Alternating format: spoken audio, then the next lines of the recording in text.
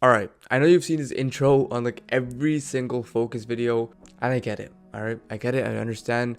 You just want a clear way on how to stop procrastinating and how to actually take action and just actually focus on the work that you're doing instead of watching a video like this one. I understand how annoying it is. I used to write paragraphs in my journals about how I wasted my entire mornings, how I wasted my entire day because I legitimately couldn't focus. I wasted my days by watching productive self-improvement videos like this one. However, I didn't really get anything done. Bro, sometimes I remember every time my work would get hard, like when it gets really tough and I don't really want to do it, I would get up from this chair. I would get up and I would go straight to the kitchen and somehow convince myself I need to eat breakfast today.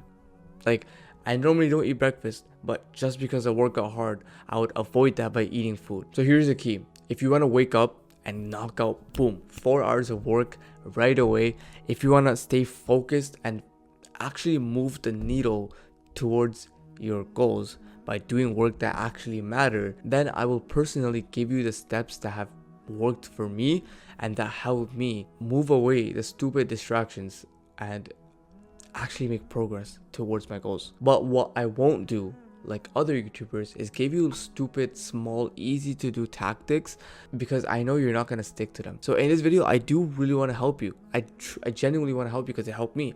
And so why not just give you the steps? But the steps are going to be more like reality checks to a lot of you. Okay, so number one, why can't we focus? Well, step one, what I realized is that my brain was overstimulated.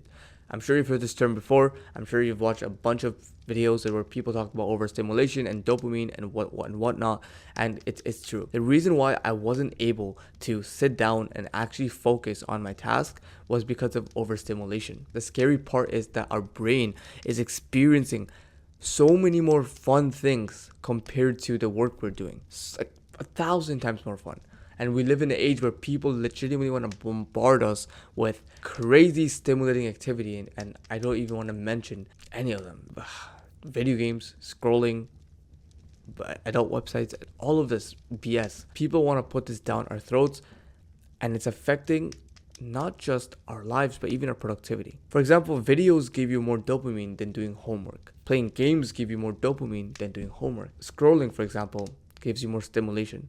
So this stuff, like I just mentioned, these are really highly stimulating activities. So when we do them every single day, our brain becomes overstimulated and our brain gets used to higher stimulation. And so why would you do something that's boring, like homework, when you can do video games, for example? Bro, a sick example of this is when a crackhead does like cigarettes. Like, why would a crackhead do cigarettes? That's like, they would probably like, I don't know, they'll probably off themselves. Like, why would they do cigarettes? Like, they're not gonna get any fun from it. So what we have to do is de-stimulate your brain so you can get used to the stimulation you get from doing something like a homework assignment, you know? And so how do we actually de-stimulate it? Well, step 2 is a chapter called Death by 1,000 Cuts. Pretty much what this tells us is that, you know, failure can happen by just getting a lot of small, like thousands of small cuts instead of one big cut. You get like small cuts, which don't really hurt at the beginning. You know, they just they're small cuts. You know, they don't really hurt that much. But then what happens is that these small cuts, they add up so much to the point where now you start bleeding out because of these small cuts. And so what this tells us is that we do so many things, bro. And let's be honest here, we do so many things before we do work, which again add up and add up and add up. And so when we get to our desk and we sit down, we feel tired, right? It's because we've used our brain energy on so many other things. This is probably the best example. Our brain is like a phone battery. And pretty much what happens is the more we use our brain, or the more we use our phone, the more it drains, the more battery it drains throughout the day. And so at the end of the day, you really don't have any charge left in you. And it's the same thing with our brain. The more we use it on, and anything, it's being used, right? Like even if we choose, oh, what do I wear today? Do I wear blue or do I wear red? Even that is affecting the brain's energy, right? You're using the energy to make decisions. And so you have to realize that this is serious because we are doing 1,000 different small things before we even use our brain for work. And so whenever we do use our brain for work, it's not prime, it's not proper, it's not strong as it could be or as it could have been if we just used it at the beginning. If that makes sense. There's a reason why most of the billionaires in this world, they don't really put that much emphasis on clothing. They don't, oh, I gotta wear this one. Mark Zuckerberg wears the same shirt every single day. And this is a meme about all the people that make fun of him. Oh, why is he wearing the same shirt? But you have to realize that he's doing this so he doesn't have to think about what to wear every single morning. He just knows. And that helps him a lot because he's saving his power for actually making big decisions for his company. And what's worse is that when we use our brain power for even stimulating activities like scrolling, like video games, like all of these stimulating activities, then what happens is that our brains drain even faster. Because let's say you're playing a game, let's say you play a mobile game on your phone, well, you realize that the battery will drain even quicker because you're playing such a high intensive mobile game. And it's the same thing whenever we play video games. Whenever we start scrolling on our phones and doom scrolling and just going crazy, our brain finds that really intensive. It finds that super like intense, and so it'll drain faster, and that's why you end up feeling tired after a scrolling session. So this is where we get to step 3. Sacrifice equals growth. Sacrificing hyper-stimulating activities. As we know from every single athlete in history, Michael Jordan, Cristiano Ronaldo, Kobe Bryant, etc., etc., these guys had to sacrifice so many things in their lives to become who they are. They had to sacrifice comfort, pleasure, fun, going out, almost everything that was, that they wanted to do for fun. But no, they sacrificed most things to put their time into their respective sports. Now, I'm not telling you to sacrifice pleasure and fun because I don't think you want to be the best of the best like Michael Jordan or Cristiano Ronaldo. But what I am telling you is to sacrifice the things that are making you lose focus on your work. And I'm telling you and I'm recommending you to start reducing your hyper-stimulating activities. And not only will it make you focus better, but it will make you a more happier. It make you a more fulfilled and a more energetic person everywhere you go. Because you have to realize, as I gave you the battery example, the more stimulating activities you do, the less motivated you become, the more drained you become, and you're a shell of a man who you could have been.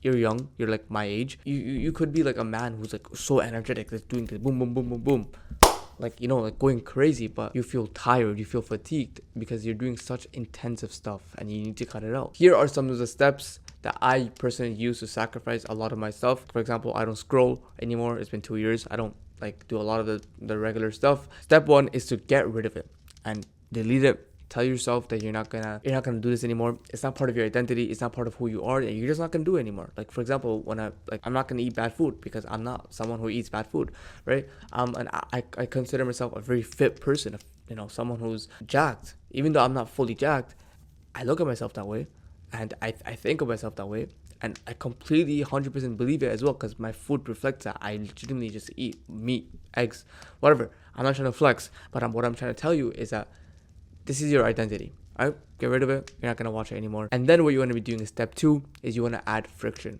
So friction is something that's very important, which I learned recently about bad habits, is you need friction. Pretty much our brain specifically are just very wired to be lazy by nature. Like, we don't want to do things if it takes effort, and so we can use this to our advantage. If our brain is lazy, then we can be like, okay, so let's make it to the point where we can add as much friction as possible when it comes to us doing these bad habits like scrolling or stuff like that. Let's add as much friction as possible, so whenever we think about getting an urge to do them, it's too far away and our brain's lazy and so whatever, I'm not gonna watch it. And so that's something that we need to do.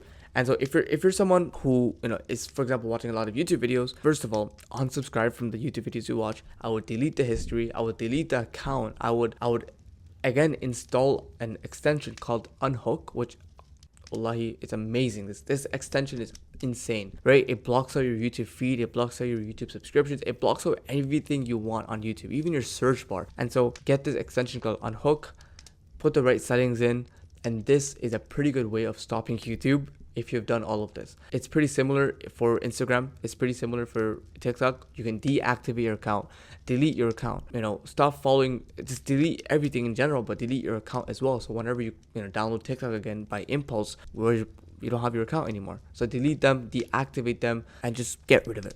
Right? Add friction. And the last thing you want to be doing is you don't want to see this ever again.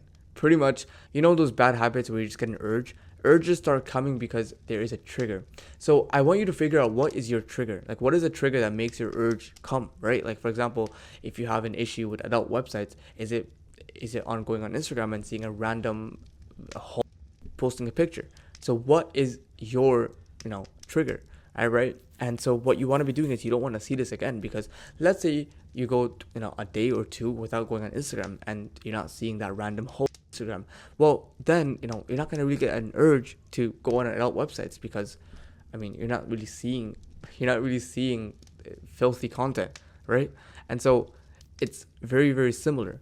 Just make sure that you don't see this again, right? So if you don't see it, then you're not going to think about it. And we have to realize that sometimes we have to sacrifice fun. Sometimes we have to sacrifice entertainment for the sake of our goal, for the sake of becoming a better person. The thing is, it's hard to work on something that you don't like.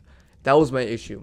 I was trying to start this agency and I was trying to become Iman Gaji and walk out of my Rolls Royce, live in Dubai, whatever. But the issue was, when it came to the agencies, and I never got around to doing the work. I never did the actual work. I always wasted my time. I wasted months and months, in fact, a year of trying to get clients or whatever. I just didn't like it, all right? And so that led to, whenever I started doing work, I've never really focused on the work.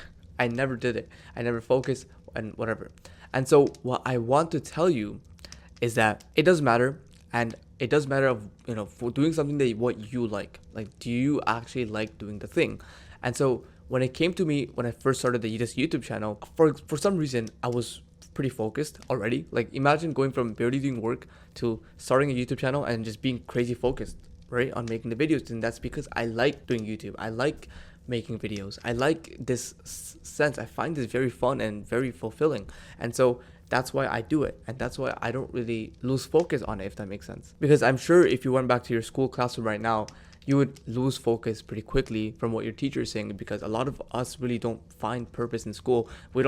School is dead, man. Like, school is boring. School is, in my opinion, pretty useless. I probably forgot what that teacher is saying. You need to have a deep purpose on why you're doing things. And for us Muslims, it's to please Allah, and it's to attain Jannah, which is the deepest purpose you can ever have, because that's something that's in the afterlife. So you don't even see it in this life. And the last chapter is embrace discomfort. I know that it could be uncomfortable to unsubscribe to your favorite YouTubers and stop watching them. I know it could be uncomfortable to delete your Instagram account or deactivate it or unfollow a lot of the people that you follow. I know it could be uncomfortable to delete TikTok and get rid of it because you find some level of enjoyment in it. But you have to realize, the moment you feel uncomfortable, that's the moment you're 15% already on your way to achieving your goal, which is crazy because you cannot avoid it. Like, let me be honest, you cannot avoid discomfort. Like, you will feel uncomfortable when you make a change. That's how you know, like, the moment you make a change, like, even if you're you unfollowed one person, you're already on your way to, becoming a different self, if that makes sense. Like, you have to feel discomfort. So most people, they actually avoid discomfort altogether, and that's why people stay the same for the rest of their lives. You have to feel discomfort at the beginning, but then you just get used to it after. So just embrace discomfort. Like, I'm sure Kobe Bryant felt really uncomfortable when he woke up at 4 a.m. every single day, especially when he first started. Like, imagine it's Kobe Bryant, it's young Kobe Bryant, and he first made the decision, you know what, I'm gonna wake up at 4 a.m. And when he made that decision, I'm sure it was uncomfortable for the first week, for the 2 weeks, 3 weeks, whatever. But then it got used to it, and now he was known for someone who woke up at 4 a.m. But at the beginning, I'm sure he was uncomfortable. So you have to go through that first stage, right? You cannot avoid it. Just know, if you're sacrificing things for your goal, you're already like the 1%. Like, most people can't do this. Thank you so much for watching. Hopefully this benefited you. I have a free productivity course in the description down below. Literally, you can go from being a procrastinator to being a productive machine in like 30 days. So check it out, description below. Anyways, hopefully this benefited you. Assalamu alaikum. Bye.